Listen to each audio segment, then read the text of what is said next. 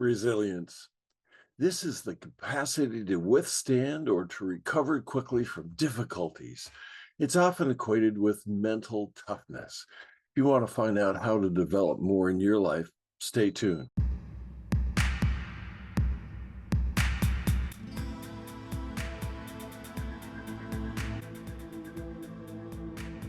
Hi, this is GH Glade for Everyday ADD Coaching. I was in my chiropractor's office, and while I was in traction, I had the opportunity to meditate. And I thought about a sweatshirt everyone in the office was wearing, and it said, "Expect miracles." This is certainly a message of optimism.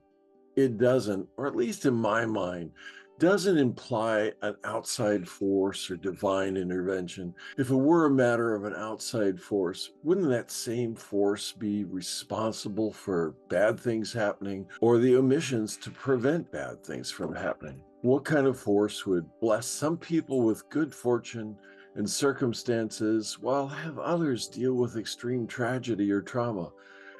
The reality is that external forces are no more responsible for good things happening than the omission or preventing of bad things happening. The reality is both good and bad happen whether you attribute it to an outside force or faith, or even if you don't ascribe to that belief system. But the notion of expecting miracles has more to do with the openness of accepting good when you experience it. There's been research that shows if we believe we can do something, then our odds of success go way up. And if we believe we'll fail, our odds change as well. But our odds go way down in terms of being successful. Expecting miracles is a step in cultivating positive thinking. One of my clients shared with me after she was let go from work, "I have lucky girl syndrome." And she explained that, and it was something that she saw on TikTok. "I go through the world saying, I'm a lucky girl, and good things are going to happen on me." She has cultivated that sense of positive thinking. Positive thinking doesn't mean you ignore life's less pleasant situations. Positive thinking just means that you approach unpleasantness with a more positive attitude and looking for productive ways of handling it. You think the best will ultimately happen and not the worst. Where does it start?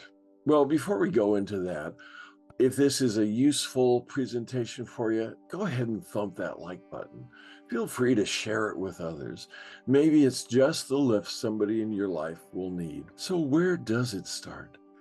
Positive thinking starts with self-talk. Self-talk is that endless stream of unspoken thoughts that run through your head, and certainly people with ADD have a lot of them. But these are often the automatic thoughts that can be positive or negative. Some self-talk comes from logic and reason, but a lot of it comes from that emotional framework that surrounds us and how we look at things. Other self-talk may arise from misconceptions that you create because you lack information or the expectations due to those preconceived ideas of what may happen. It also may start with your own preparation for your own success. What do you do to increase the probability of things that are, in a way, miraculous?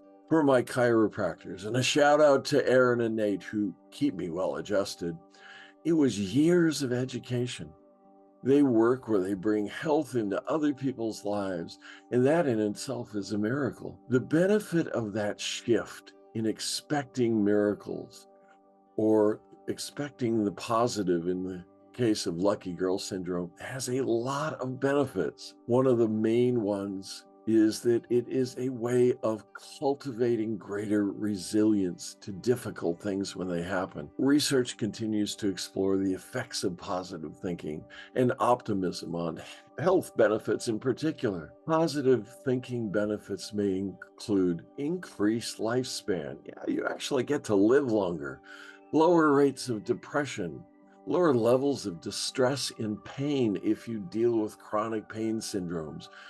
People who have a positive attitude, well, they actually get sick less. They have a resilience to illness, better psychological and physical well being. The interesting thing is, there are a lot of studies with positive thinking in cardiovascular health and reduce risk from cardiovascular disease and stroke. Your odds of having cancer actually diminish if you cultivate that positive thinking. But the bottom line is that resilience gives you better coping skills during hardships. And the reality is that's going to happen to everybody at some point in your life. Life will never be a smooth road for anybody. In times of stress, it's unclear why people engage in that positive thinking. It's unclear why all these things happen because people engage in positive thinking. A lot of it has to do with developing that sense of gratitude. And there's a lot of gratitude research. I encourage you to do a Google search on benefits of gratitude, and that's another video. So this is GH Glade for Everyday Coaching. If this has been something that has been of benefit to you, please share it. It may be just the thing to lift somebody else's life that is struggling right now. Until next week, thanks for sharing this time with me.